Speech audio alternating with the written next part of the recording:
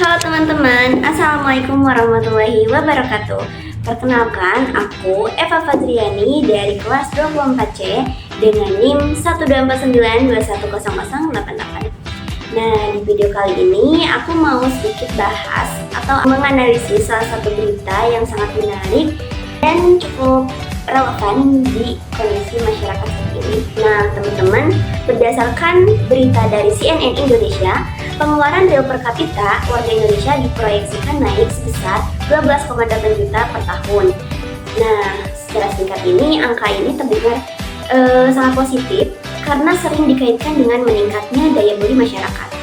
Tapi guys, pertanyaannya tuh, apa sih sebenarnya makna dari pengeluaran real per kapita ini, dan apakah kenaikan angka ini benar-benar mencerminkan kondisi ekonomi masyarakat secara keseluruhan? Yuk kita bahas. Nah teman-teman, yang pertama kita harus pahami dulu definisinya. Jadi pengeluaran per kapita adalah rata-rata pengeluaran setiap orang dalam satu tahun. Karena sifatnya rata-rata, angka ini tuh tidak selalu menggambarkan kondisi semua individu secara keseluruhan. Nah, sementara kata real itu berarti pengeluaran tersebut sudah disesuaikan dengan inflasi.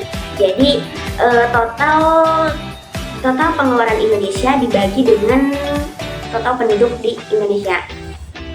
Nah, jadi bukan sekadar nominal uangnya yang naik karena harga-harganya mahal, tetapi benar-benar menunjukkan daya beli masyarakat. Nah, teman-teman, kalau pengeluaran real itu naik, jadi itu tandanya masyarakat secara umum masih mampu mempertahankan, bahkan meningkatkan konsumsi mereka. Nah, teman-teman, kalau kita lihat dari tren tahun 2020 sampai tahun 2025, kenaikan pengeluaran real per kapita ini tidak terjadi secara tiba-tiba, teman-teman. Nah, di sini Badan Pusat Statistik atau BPS mencatat pengeluaran real masyarakat Indonesia naik menjadi sebesar 12,8 juta per tahun per orang, seperti yang saya katakan tadi. Nah, meningkat sebesar 461.000 dibandingkan tahun 2024 yang lalu, yang hanya sebesar 12,34 juta rupiah. Nah, pengeluaran real per kapita ini per kapita masyarakat pada tahun 2020 sebesar 11,1 juta, dan pada 2021 sebesar 11,15 juta, pada 2022 sebesar 11,47 juta, dan pada tahun 2023 sejumlah sebesar 11,89 juta per kapita per tahun. Nah, pada periode apalagi pada periode 2020 sampai 2021, pengeluaran masyarakat sempat tertahan akibat adanya pandemi dan tekanan ekonomi menurun. Namun setelah itu, seiring berjalannya waktu, ekonomi mengalami pemulihan, aktivitas konsumsi mulai kembali meningkat. Pada akhirnya, pada proyeksi tahun 2025, tahun sekarang ini, pengeluaran real per kapita menunjukkan tren yang kembali naik secara bertahap. Ini menandakan bahwa ekonomi Indonesia sedang berada pada fase pemulihan, dan sedangkan PDB atas dasar harga konstan senilai 3.444,8 triliun. Sehingga pertumbuhan Indonesia pada kuartal 3 2025 bila dibandingkan dengan kuartal 3 2024 atau secara YoY tumbuh sebesar 5,4% bila dibandingkan dengan kuartal 2 2025 atau secara quarter to quarter. Pada kuartal 3 2024 lalu, ekonomi Indonesia tumbuh sebesar 4,95% year on year. Itu ditopang PDB atas dasar harga berlaku yang mencapai Rp 5.638,9 triliun dan PDB atas dasar harga konstan sebesar 3.279,6 triliun. Nah, pertumbuhan ekonomi Indonesia pada kuartal 2 2025 tembus sebesar 5,12%. Capaian tersebut lebih baik dibanding awal tahun ini ketika ekonomi tumbuh sebesar 4,87% secara tahunan. Nah, kenaikan pengeluaran real ini didorong oleh beberapa faktor utama, teman-teman. Yang pertama yaitu pertumbuhan ekonomi yang mendorong peningkatan pendapatan masyarakat.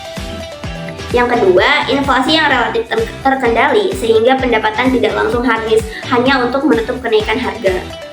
Karena di Indonesia konsumsi rumah tangga merupakan penyumbang terbesar terhadap PDB, kenaikan pengeluaran ini memberikan dampak positif terhadap pertumbuhan ekonomi nasional. Artinya, ketika masyarakat berbelanja, ekonomi pun bergerak, produksi meningkat, usaha berkembang, dan lapangan kerja tercipta. Namun, kalau kita lihat lebih dalam, berdasarkan wilayah, gambarnya jika lebih berkompleks, data menunjukkan bahwa wilayah dengan pengeluaran real per kapita tertinggi berada di Jakarta Selatan dengan angka sekitar 26,387 juta per tahun per kapita. Nah, sementara itu, wilayah dengan pengeluaran terendah tercatat di Sumba Tengah, yakni sebesar sekitar 6,965 juta per tahun per kapita. Nah, perbedaan ini menunjukkan adanya kesenjangan konsumsi yang sangat besar antar wilayah, dan ini bukan sekedar soal gaya hidup, tapi mencerminkan ketimpangan ekonomi regional. Wilayah dengan pengeluaran tinggi umumnya memiliki akses pekerjaan, pendidikan, dan infrastruktur yang lebih baik. Sedangkan wilayah dengan pengeluaran rendah masih menghadapi keterbatasan ekonomi yang bersifat struktural. Data ini juga bisa kita hubungkan dengan Indeks Pembangunan Manusia atau IPM. Contohnya, data BPS di Kota Bandung pada tahun 2025 menunjukkan IPM sebesar 84,66 yang mengalami peningkatan dibanding tahun sebelumnya. Kenaikan IPM ini didukung oleh meningkatnya umur harapan hidup, lama sekolah, dan juga pengeluaran real per kapita. Artinya, peningkatan pengeluaran real tidak hanya mencerminkan konsumsi, tetapi juga berkaitan dengan kualitas hidup masyarakat seperti kesehatan dan pendidikan.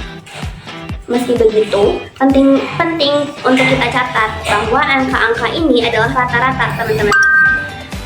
Bukan hanya soal menaikkan angka pertumbuhan, tetapi bagaimana memastikan bahwa hasil pembangunan bisa dirasakan oleh seluruh lapisan masyarakat di berbagai daerah. Sebagai kesimpulannya, kenaikan pengeluaran real per kapita merupakan sinyal positif bagi perekonomian Indonesia karena menunjukkan daya beli masyarakat yang relatif terjaga dan ekonomi yang terus bergerak.